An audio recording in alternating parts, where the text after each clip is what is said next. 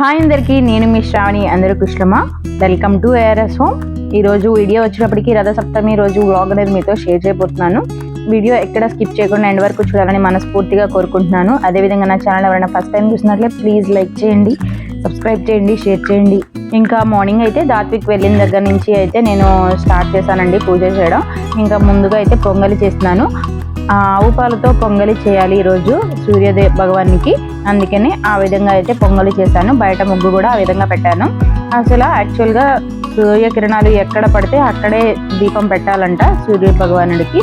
అయితే నేను యాక్చువల్గా తులసమ్మ దగ్గర చేద్దాం అనుకున్నాను. తులసమ్మ దగ్గర నేను పూజ చేసే టయానికి సూర్యకిరణాలు పడట్లేదు. సరే, ఇది వేరే ప్లేస్ అనమాట. అక్కడికి తీసుకొచ్చి నేను ఇంకా వేరే తులసమ్మని పెట్టి ఇంకా సూర్యదేవుని కూడా పెట్టాను. ఇలా పెట్టి ఇక్కడ దీపం అయితే చేశాను. ఇంకా నైవేద్యం కింద అయితే పొంగలి చేశాను. ఈరోజు స్పెషల్గా అయితే గోధుమ దీపం చాలా మంచిది. సూర్య భగవానుడు అంటేనే ఆరోగ్యకారుడు. ఆయనకి ఎంత మంచిగా మనం పూజిస్తే అంత మంచి ఆరోగ్యం ఉంటుందనే భావంతో అయితే నేను ఈ విధంగా చేశాను. అదేవిధంగా చిక్కుడు గింజలతో అయితే ఇలా రథం లాగా చేసి స్వామివారి వద్ద ఉంచాను.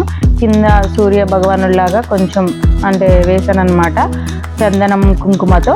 ఇటువైపున రథం కూడా వేశాను. రథం అసలు ముఖ్యం కదా. ఈరోజు కింద వేయలేదు, నేను తులసమ్మ దగ్గర చేద్దాం అనుకుని అక్కడ వేశాను. ఇంకా వేయలేదు కదా అని ఇక్కడ వేసేసుకున్నాను. ఈ విధంగా అయితే దీపం పెట్టేసి ఆ రోజు 8వ రోజు అనమాట, శ్యామల నవరాత్రుల్లో ఇక్కడ కూడా దీపం పెట్టేశాను. ఇంకా యాక్చువల్గా ఈ పూరి చేసింది దాత్విక్ వెళ్ళక ముందులా నేను ఇప్పుడు షేర్ చేస్తున్నాను. అంటే దాత్విక్కి లంచ్ బాక్స్లోకి 2 days నుంచి లంచ్ రిటర్న్ తీసుకొచ్చేస్తున్నాడు అనమాట. ఏంటి దాత్విక్ అంటే నాకు టైం సరిపోవట్లేదు అని అంటున్నాడు. అయితే నేను పెట్టను అంటే మమ్మీ నాకు బ్రేక్ఫాస్ట్ లాంటి ఏదన్నా పెట్టు, చపాతీ కానీ ఏదన్నా అనేసి అన్నాడు. నాకు పూరి కానీ పరోటా కానీ చేయమన్నాడు. సరే అనేసి పూరి చేద్దాం కదా అనేసి చేస్తున్నాను. పాలకూరతో పూరి చేస్తున్నాను. దానికోసం ఏం లేదు, 1/2 కప్ మైదా తీసుకున్నాను, 2 cups వరకు గోధుమ పిండి, ఒక 2 spoons బొంబాయి రవ్వ, పాలకూర ఒక కట్ట తీసుకుని పేస్ట్ చేసేసి దాంట్లో కలిపేశాను. వాటర్ అనేది అస్సలు యాడ్ చేయవసరం లేదు, మంచిగా ఉంటుంది. పూరికి కొంచెం చపాతీ పిండి కన్నా కొంచెం గట్టిగా కలుపుకున్నామంటే పూరీస్ అనేవి అన్నీ పర్ఫెక్ట్గా పొంగుతాయి అన్నమాట. ఆ తర్వాత కర్రీ కోసం నేను కళాయి పెట్టేసి ఆయిల్ వేసి 1 ఇంచు దాల్చిన చెక్క, 4-5 లవంగాయలు, 1 యాలక్కాయ వేసి ఉల్లిపాయ పచ్చిమిర్చి వేసేసుకున్నాను. ఒక 2 ఉల్లిపాయలు, ఒక 4 పచ్చిమిర్చి వేసుకున్నాను. పచ్చిమిర్చి స్పైసీనేనండి. ఇంకా నేనైతే కారం అనేది అసలు యాడ్ చేయను దీంట్లో. చాలా బాగుంటుంది కర్రీ అయితే. ఇంకా దీంట్లో పొటాటోస్ కూడా సన్నగా కట్ చేసుకుని వేసుకున్నాను. సాల్ట్, పసుపు వేసి మూత పెట్టేసి ఉంచామంటే మంచిగా కుక్ అయిపోతుంది. కొంచెం ముక్క అనేది మెత్తబడిన తర్వాత ఇంకా టమాటాస్ అనేది యాడ్ చేసుకున్నాను. ఒక 2 టమాటాస్ వేసుకుని దాన్ని కూడా మూత పెట్టేసి ఉంచామనుకోండి మంచిగా కుక్ అయిపోతుంది.